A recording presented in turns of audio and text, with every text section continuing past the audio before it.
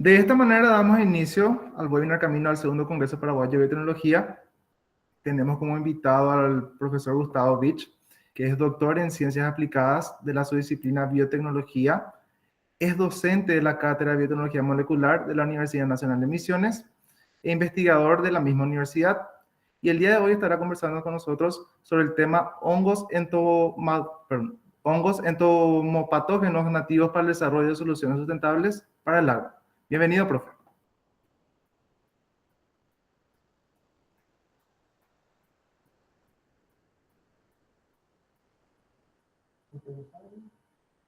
Profe Gustavo, ahí está conectado. Estaba conectándome. Sin problemas. Podemos visualizar tu pantalla sin inconvenientes. Bueno, primero de todo, muchas gracias por la invitación, ¿no es cierto?, de participar y comentar un poco de lo que estamos trabajando en la Universidad Nacional de Misiones. Es lindo ver también que es variado, desde distintos puntos de Latinoamérica se conectado gente para participar en este pequeño momento que vamos a estar comentando que estuvimos trabajando. Yo vengo en realidad en representación del grupo de trabajo del Instituto de Biotecnología Misiones, donde estábamos desarrollando estas líneas de investigación, y la idea es comentar un poquitito en qué estamos trabajando, para después les voy a ir comentando en qué fue lo que fuimos avanzando, como puntos para tener en cuenta si alguien quiere ir desarrollando algún tipo de estas tecnologías que con último fin justamente es poder desarrollar un bioinsumo agrícola que sea sustentable, o sea, que se pueda aplicar en el agro y que para reducir un poco la cantidad de pesticidas químicos que se están agregando y justamente ir hacia un manejo integrado de plagas. Bueno. Por un lado, el Instituto de Biotecnología Misiones, yo le comento para la gente que no es de acá de Misiones, se encuentra en Posadas, que es la capital de la provincia, que está enfrente de Encarnación, que es justamente ahora la sede del Congreso de Biotecnología Paraguayo. Nosotros tenemos distintas líneas de investigación, una de ellas control biológico. Nosotros justamente estamos en nuestro grupo estamos trabajando un poco lo que es biocontrol y biofertilizantes. Por un lado es utilizando hongos fitopatógenos, o sea, viendo hongos que sean parásitos justamente de esos hongos fitopatógenos, que son en realidad los que traen los problemas, o también cómo se puede combatir de una manera sustentable, no aplicando tantos pesticidas químicos, con algún tipo de hongo biocontrolador. Ahí tenemos los hongos micoparásitos, que lo que hacen es justamente un control indirecto de algunos insectos plagas, como las hormigas cortadoras de hojas, o también los hongos entomopatógenos. Esos hongos entomopatógenos, entomo significa insectos, y patógenos que atacan, que afectan y que los matan a esos insectos. No a todos los insectos queremos atacar, porque tenemos insectos que son polinizadores, que son insectos buenos, o insectos que al agro no provocan ningún tipo de problema, sino a los insectos plaga. Y estas son algunas de las características que tienen justamente los hongos entomopatógenos. Y luego también desde la línea de nuestro grupo de trabajo están los biofertilizantes a base de microorganismos como las bacterias del género Bacillus.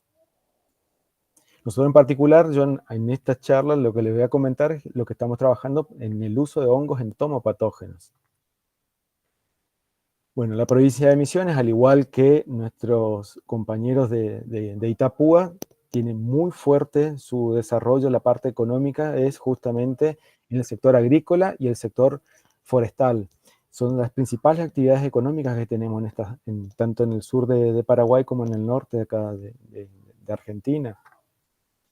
Y lo que nosotros vemos cuando están los monocultivos, aparecen también las plagas. Pueden ser insectos, pueden ser algunos hongos. Nosotros acá en particular estamos tratando a los insectos, que son plagas de la agricultura. En el sector forestal es muy importante el daño que causa a los cultivos la hormiga cortadora de hojas. Tradicionalmente, para tratar a estos organismos que llegan a un umbral que ya son plagas, es justamente con el uso de pesticidas y plaguicidas químicos. Que eso hasta cierto punto no era excesivo, pero actualmente ya se está haciendo un uso muy intensivo, están muy desarrolladas las extensiones donde se están aplicando estos pesticidas y plaguicidas químicos, entonces empiezan a traer problemas. ¿Qué tipo de problemas justamente son los que traen? Son en detrimento de insectos, por ejemplo, ahí sí hay muchos insectos polinizadores, como las abejas, que son afectados justamente por el uso excesivo o el mal uso de estos pesticidas químicos, al medio ambiente, porque muchos de estos pesticidas tienen periodos de degradación muy largos, entonces no es que se los aplica y ya se degradan solitos, sino que tienen periodos que van a seguir afectando a otros organismos que no son blancos justamente de esos insectos, a la salud humana. Eso también se está viendo, sobre todo en los últimos tiempos, de que hay muchos problemas en la salud humana cuando se están aplicando tal vez de mala manera o no teniendo todos los cuidados como las protecciones que se deben utilizar o no respetando los periodos donde no se puede comercializar o consumir determinados productos. Ahí empiezan a haber esos problemas. Y también cuando se empieza a aplicar una sola molécula de los pesticidas químicos de manera extensiva y durante mucho tiempo, empiezan los mecanismos de resistencia de las plagas. Entonces, lo que hasta hace un tiempo había un pesticida químico, una molécula química que estaba siendo muy efectiva, empieza a haber ya un tipo de resistencia por parte de esos insectos, entonces ya no son viables en la forma que se están aplicando y hay que empezar a innovar, hay que aplicarlo en mayor cantidad o periodos más largos en el tiempo y empiezan a haber problemas. Y ese tipo de aplicación tan extensiva, estamos hablando ya de décadas que se están aplicando muchos estos pesticidas químicos con todo el desarrollo de la agricultura, entonces no es viable, no es sustentable. Entonces actualmente lo que se está buscando justamente es una agricultura más sustentable, más respetuosa con el ambiente, con los otros organismos. Y ahí es donde nosotros tenemos un rol importante como demandantes, tanto como sociedad, también como desde la universidad, buscando esas alternativas, esas posibles soluciones, y también la legislación. El año pasado en Misiones se aprobó justamente una legislación, hay leyes que prohíben. Llegar al grado de prohibir también es complicado porque actualmente hay un tipo de perjuicio a los productores porque no tienen alternativas, moléculas que puedan llegar a aplicar justamente para el desarrollo de su actividad económica. Entonces ahí desde la universidad también estamos en una vacancia, en una posibilidad de darle algún tipo de soluciones o de posibilidades para justamente buscar un manejo integrado de plagas. ¿Cuáles son esas estrategias de control de plagas y enfermedades? Hay distintas, o sea, el manejo integrado de plagas te permite también los pesticidas químicos en una determinada cantidad, pero hay otras alternativas que se le pueden ir sumando, justamente como el control físico, el control mecánico. Hay determinados momentos donde se puede aplicar más bien un pesticida químico y luego ir hacia otras alternativas como son cualquiera de estas, un control cultural, o sea, agregando otros tipos de cultivos ahí que también pueden frenar un poco la actividad dañina de las plagas, o también el control biológico, que es lo que estamos estudiando muy fuertemente desde nuestro grupo en la Universidad de Misiones, que es un fenómeno natural, donde se regula la densidad, o sea, las poblaciones de las plagas. ¿Por qué es un fenómeno natural? Porque esto ya está ocurriendo dentro de la biodiversidad, dentro de nuestra provincia, porque ya estos organismos estaban ahí, estaba todo regulado, hubo un desequilibrio justamente cuando se implantaron grandes extensiones de un monocultivo, y bueno, ahí empezaron a desaparecer algunos de los biocontroladores y los organismos plagas dijeron, acá tenemos mucho alimento, vamos a empezar a crecer, y ahí es cuando empiezan los problemas justamente con estos organismos. Y dentro de esos organismos de control biológico hay distintos, pueden ser hongos, bacterias, virus, incluso acá se puede ver que hay otro insecto, hay una avispa que está controlando un pulgón, o sea, hay alternativas. Esto es lo que ocurre en la naturaleza, pero actualmente hay algunos países que están más avanzados en lo que es desarrollo de insumos agrícolas, que ya tienen algún tipo de producto que justamente ya está disponible de forma comercial para poder comprarlos. Acá en Argentina todavía está mucho en desarrollo, hay muy poquititos productos que están en fase de venta, pero bueno, justamente ahí es donde hay algunas empresas ya biotecnológicas que están trabajando en el desarrollo. Hay algunas que están trabajando en forma conjunta con la universidad, hay distintas universidades que están trabajando en la Argentina, y hay muchos grupos de investigación. Nosotros mismos también con algunos grupos de investigación ahí en Encarnación estamos colaborando justamente para ellos que están investigando en el desarrollo de este tipo de bioinsumos agrícolas. ¿Cuáles son las ventajas de los hongos como agentes de control biológico? Tienen distintas características que justamente lo que hay que hacer es estudiarlas para poder explotarlas y hacer más eficiente su uso. Estos organismos tienen la capacidad natural justamente de de atacar distintos grupos de organismos plagas. Hay unos que tienen un rango muy pequeñito de acción, o sea, pueden afectar algunos géneros nomás de insectos plagas, y hay otros que son de más amplio espectro. Por eso, lo que nosotros siempre decimos es que hay que trabajar con la diversidad que tenga cada lugar. La gente de Perú, la gente de Colombia tendrá que aislar sus microorganismos. En Argentina también estamos aislando los nuestros y evaluarlos, ver contra qué plagas son efectivos, contra cuáles no, si son seguros para aplicarlos justamente para que no afecten a organismos benéficos. Hay algunas mariquitas que son controladoras, también son insectos controladores, están los polinizadores que no tienen que afectar a eso. Todo eso hay que ir evaluando. Después tienen características de crecimiento que justamente los hacen buenos agentes biocontroladores porque crecen de forma muy rápida. Hay organismos que crecen muy rápido. Nosotros en algunos días ya tenemos crecimientos exponenciales de estos organismos. Hay algunos que secretan enzimas y distintos metabolitos que son de interés justamente para control biológico, que eso también hay que estudiarlos, a ver cuáles son las moléculas efectivas y en qué concentraciones hay que ir aplicando cada uno de estos organismos para que sea efectivo su control. Después acá yo indiqué GRAS. GRAS significa generalmente reconocido como seguro. Esto es importante que sea reconocido como seguro para los humanos, o sea, ahí nos interesa justamente, bueno, podemos estar aplicando un hongo entomopatógeno que justamente también podría llegar a afectar al productor que lo está aplicando. Entonces todas esas cosas hay que tenerlas en cuenta. Nosotros hace más de una década que estamos trabajando con muchos de estos hongos y nunca tuvimos problemas de salud, o sea, eso es bueno. Y vamos caracterizando cada una de estas cepas justamente en cada uno de estos puntitos que les fui comentando. Y después una característica también interesante es que muchos de estos hongos, una vez que se aplican, se instalan en esas poblaciones. Y cada vez que hay un pico del insecto plaga, ahí también hay un pico que viene de estos hongos biocontroladores que hacen bajar ese pico de nuevo hasta un nivel que sea relativamente umbral y que no produzcan tantos daños a los cultivos. Que eso no pasa con los pesticidas químicos, porque los pesticidas químicos se aplica una vez, perfecto, mata todo, acá no hace control, el pesticida químico mata todos los insectos, son moléculas que lo que producen es la muerte de los insectos, pero después vuelven a haber picos de esos insectos plagas y no hay de vuelta, la molécula no está, se degradó o ya se fue para otro lado, entonces hay que volver a aplicar. Que eso con estos hongos entomopatógenos lo que estuvimos viendo es que se puede llegar a recuperar en el tiempo también los que fueron aplicados hace temporadas atrás, que eso es bueno. Entonces, ¿cómo se inicia todo lo que es esta historia de cómo se puede desarrollar un bioinsumo para el sector agrícola?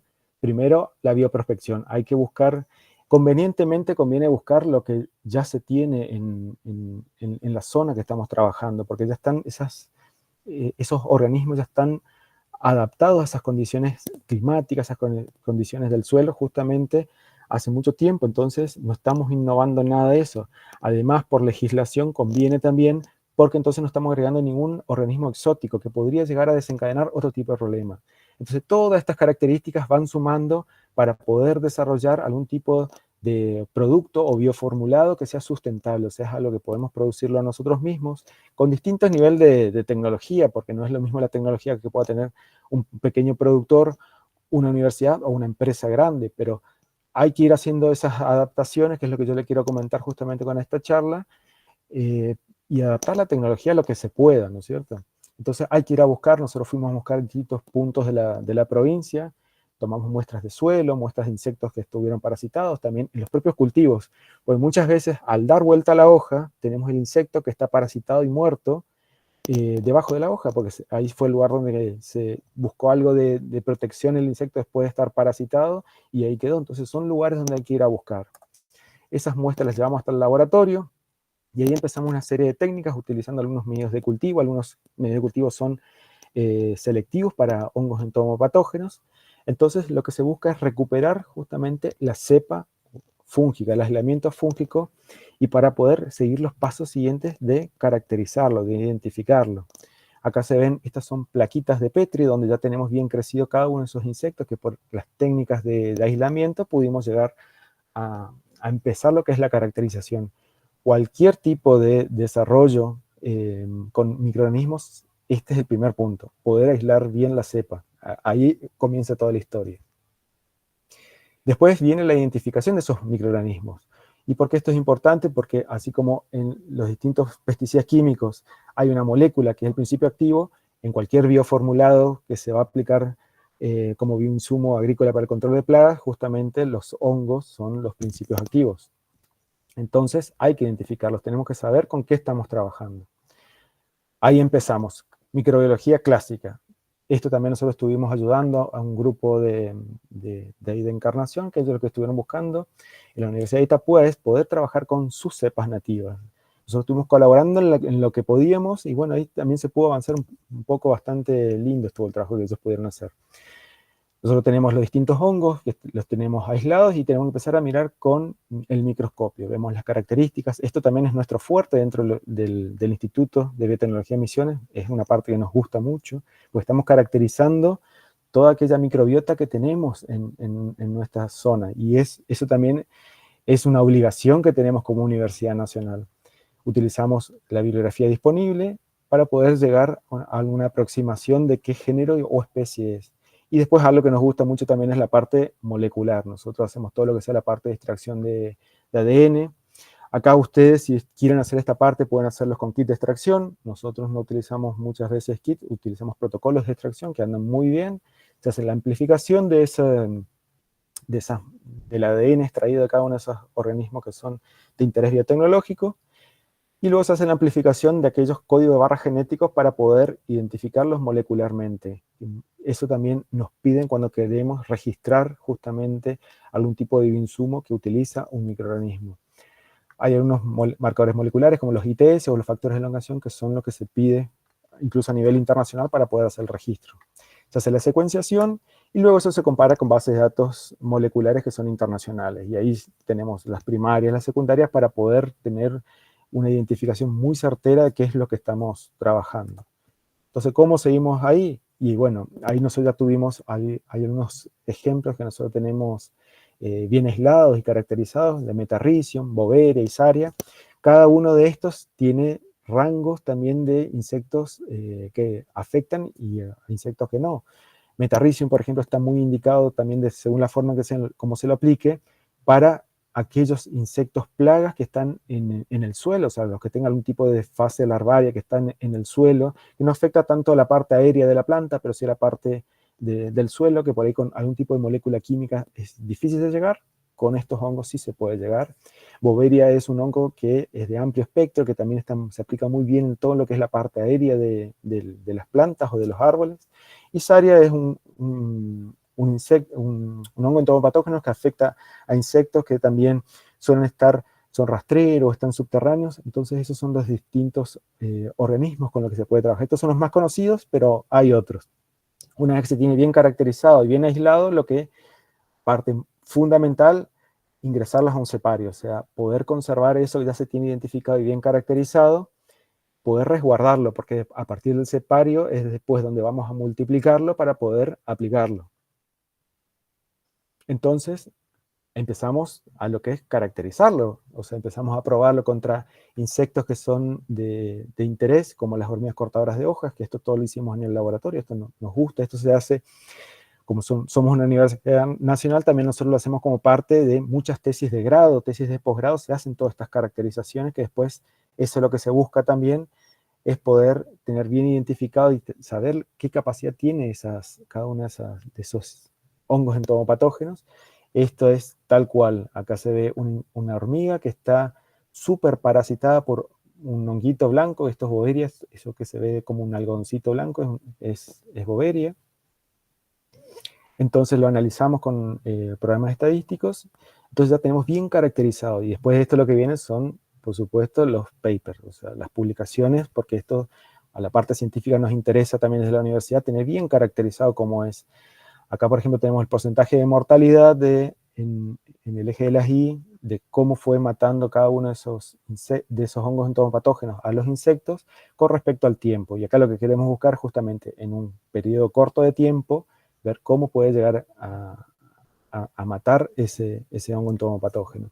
Y acá vemos que hay diferenciación, o sea, vemos que, por ejemplo, para este modelo, que fue las hormigas cortadoras de hojas, Boveria fue mucho más rápida en lo que fue parasitar y matar. Redujo la población al 50% de esos nidos de hormigas cortadoras en periodos muy cortitos, o sea, con una concentración de 10 a la 8 conidias por mililitros, nosotros en 3 días ya tuvimos 50% menos de actividad de las hormigas cortadoras. Y esto es muy, muy importante. Un pesticida químico lo hace en menor tiempo porque se aplica y mata, pero eso no es sustentable en el tiempo, o sea, esa cantidad de pesticidas químicos que se van agregando no es viable. Y esto, por ejemplo, se puede repetir, esto no hay problema. Y hay distintos parámetros que se pueden ir evaluando. Acá era justamente para conocer las concentraciones letales. Esto es algo que nos interesa mucho en la universidad. Entonces, ya tenemos bien caracterizado, ya tenemos identificado, ahora queremos saber cómo podemos multiplicarlo masivamente, porque tenemos que tener mucha cantidad. Acá no podemos tener 1 mililitro del hongo entomopatógeno, tenemos que tener mucha cantidad. Y entonces vienen las partes de evaluación de multiplicación masiva. Y acá lo que hay que hacer es con distintas cepas ir probando, que ya las tenemos aisladas, ir viendo cuál es la más efectiva en una multiplicación masiva en el menor tiempo posible. Y ahí hay que ir evaluando los medios de cultivo. Por ejemplo, distintas fuentes de carbono, las distintas fuentes de nitrógeno. Eso se hacen diseños estadísticos justamente para poder comparar cuál es la más efectiva. Algunos son sintéticos, son los comprados, estos son muchas veces caros. Hay otros que son naturales, estos por ejemplo, esto es levadura prensada, es una muy buena fuente de nitrógeno que se puede utilizar para el desarrollo de medios de cultivos, sobre todo aquellos pequeños productores que no tienen la posibilidad de adquirir aquellos medios de cultivo sintéticos. Hay alternativas, eso se tienen que asesorar con la universidad, por ejemplo, qué alternativas tienen, cómo lo pueden hacer, y hay posibilidades de hacer eso, de poder multiplicar y tener ellos mismos sus propias cepas para aplicar en sus propias chacras, ¿no es cierto? Eso no hay que tener miedo. Nosotros con esta charla lo que queríamos decir es que hay que hacer, con lo que se tenga, con lo que se pueda, pero hay que ir probando y hay que ir desarrollando esta tecnología. Y hay que ir viendo cuáles son las variables óptimas justamente para cada una de esas cepas. Por ejemplo, el fotoperiodo. Hay cepas que requieren fotoperiodo, hay otras que el fotoperiodo no les afecta. El fotoperiodo, ¿porque es importante? Porque hay genes dentro de estos hongos entomopatógenos que reciben la luz, o sea, que pueden percibir la luz y ahí desencadenan, por ejemplo, los procesos de formación de esporas. Entonces, si queremos obtener mucha biomasa, o sea, mucho del micelio del hongo, podemos hacerlo en la oscuridad, pero si queremos tener mucha cantidad de esporas, tenemos que poner algún gradito de luz. Después hay que evaluar los sustratos, o sea, cómo vamos a multiplicarlos. Sustratos sólidos, por ejemplo, ahí nosotros tenemos una estufa, que eso fue multiplicando, se ven bolsas, estas son bolsas plásticas que tienen adentro arroz. Acá ya tenemos, esto es una cámara de incubación donde tenemos luz, que esta luz nos da también fotoperiodo, o sea, nosotros tenemos 12 horas prendido, 12 horas apagado, eso está todo automatizado. Pero tampoco se crean que todo esto es color de rosas. Hay casos donde está contaminado. Este no es un buen, esto es un ejemplo de que en el desarrollo también aparecen aquellas cosas que nos complican un poco. Por ejemplo, acá está creciendo otro hongo de manera, esto es un hongo biocontrolado, pero está creciendo de manera desproporcional lo que es la parte superior, que es más aérea con respecto a la inferior. Hay poco crecimiento acá abajo. Entonces, ¿qué es lo que yo les quiero decir con esto? Que hay que poner a punto cada una de las técnicas, sobre todo con la tecnología que tenga cada uno de ustedes en sus laboratorios, o si hay alguno que lo quiera hacer en una chacra, con las posibilidades que tenga dentro de esa chacra. Después, medios de cultivo líquido. También se puede hacer la multiplicación masiva de estos hongos biocontroladores en estos medios de cultivo. Y ahí depende, si se hacen medios sólidos, por lo general lo que se obtiene son muchas conidias. Si se va a la fase líquida, lo que se obtiene son biomasa, o sea, se tiene mucho micelio. Y hay hongos, por ejemplo, acá bien a la derecha vemos que eso se llama microesclerosios. Es un tipo de estructura que forman los hongos que está muy bien desarrollada para aplicación en lo que es suelo. O sea, si hay un hongo que desarrolla los microesclerosios, está muy bueno para aplicarlo a plagas que son del suelo. Vieron, todo esto hay que ir probando y ensayando. Cuando es una multiplicación masiva en medios líquidos, hay que desarrollar la biotecnología justamente para ver cómo hay que agitarlo, cuánto tiempo hay que incubarlo, si hay hongos que prefieren no tener agitación, que sea estático su multiplicación, andan mejor. Y luego se mide lo que es la cantidad de biomasa de conidia que se obtuvo en un periodo de tiempo. Y ahí viene la parte de análisis que hacemos mucho en la universidad. Acá vemos una interacción que influye tanto la luz como las revoluciones por minuto, o sea, la agitación le pusimos a ese proceso en la producción de justamente unidades formadoras de colonias de este hongo en particular. Entonces nosotros cuando quisimos multiplicar después masivamente este hongo, ya sabíamos las condiciones óptimas para ese hongo. También es importante, como muchas veces se aplica con otros microorganismos o incluso pesticidas, ver que haya compatibilidad entre ellos y que no haya una competencia entre cada uno de estos microorganismos. Todo esto es parte del desarrollo de un bioinsumo. Y acá ya estoy finalizando justamente lo que le queríamos comentar, lo que ya estuvimos aplicando en condiciones de campo. Nosotros multiplicamos masivamente hongos entomopatógenos y fuimos a probarlo en condiciones reales de plantaciones forestales contra las plagas que son las hormigas cortadoras del género Ata y Acromirmes. Acá se puede ver en la tierra que están los nidos de Ata. Acá a la derecha se puede ver que los nidos de Acromirmes son más bien hechos de pastos que están sueltos. Y aplicamos los hongos entomopatógenos. Esos hongos entomopatógenos los aplicamos en formato de pellets pequeñitos donde tenía incluidos los hongos entomopatógenos, y ahí lo que pudimos ver que los hormigueros que eran controles, que estaban sin tratar, teníamos hormiguitas que estaban vivas, no se llega a ver por la foto, pero están ahí, y después tenemos, este es el hongo de las hormigas cortadoras de hoja, que está perfecto, está todo blanquito, no tiene ni una contaminación. Cuando le aplicábamos los hongos entomopatógenos, lo que veíamos era una total desorganización de lo que era el hormiguero. Ya no estaban forrajeando, o sea, las hormigas no estaban cortando las hojas, no estaban produciendo ningún tipo de daño a lo que era la plantación forestal, y después los hormigueros tratados también estaban vacíos, no había hormigas, no estaba la hormiga reina, y en el caso cuando se encontraron algunas hormigas, estaban muertas y parasitadas. Pudimos recuperar aquellos hongos que le aplicamos, que son Boveria y Metarrhizium, por ejemplo. Este es un proyecto que se está desarrollando actualmente, donde estos son plantaciones de yerba, donde en el propio sustrato que están aplicando los productores para sus plantaciones de yerba, se le está agregando los hongos entomopatógenos y ahí se le está aplicando a esas plantaciones. Acá tengo un pequeño videito que tenemos la planta de yerba y donde abajo se ve el sustrato, que es un biochar, que son el carbón que les queda como un excedente de lo que es la producción de yerba, donde está mezclado también los hongos entomopatógenos. Y esto justamente lo que hace es bioproteger a la planta, o sea, no tiene tanto ataque de Gyropsila, que es el rulo que afecta mucho a la planta de yerba, y de otros insectos que son escarabajos, también producen muchos túneles dentro de la planta y termina muriendo la planta. Bueno, entonces, perspectivas, lo que buscamos desde la universidad, seguir investigando cada una de estas características biocontroladoras que tienen los hongos entomopatógenos, cómo multiplicarlos, ir caracterizando esto, y también profundizar en los que son los mecanismos moleculares, o sea, los genes, o si hay un tipo de proteína que se está secretando mucho justamente para poder explotarlo eso a futuro.